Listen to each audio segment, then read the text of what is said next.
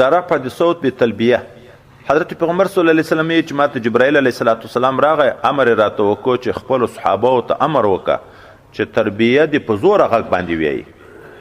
لا اله الا الله یا تلبیه دا دې په زوره ویایي دا ذکرونه چې کوي د حج په مراسمو کې په زوره دې ویایي خو بل طرف ته یو روایت راغلی ده چې تاسې ډېر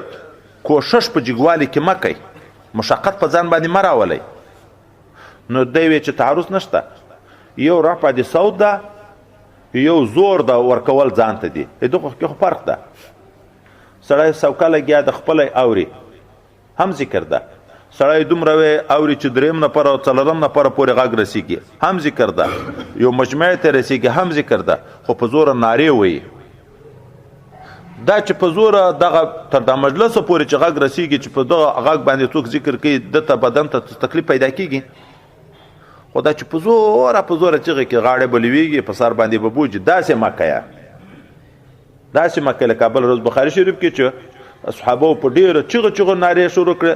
نبی علیه السلام یې په ځان شفقت وکړي الله تعالی خو نه غایب ده نه کوڼ ده نږدې ده سمیع ده د تاسې هر څه اوري نو دومره په زوره نارې دې نه وایي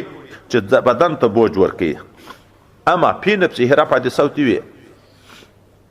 دغه کې فرق ده ښځه د نامحرمه سړي سره غږیږي د پردې شاته روا ده که نه جهر ورته ویلی کېږي که نه هلته دوی د رفع د صوت منع دي اذان به نه کوي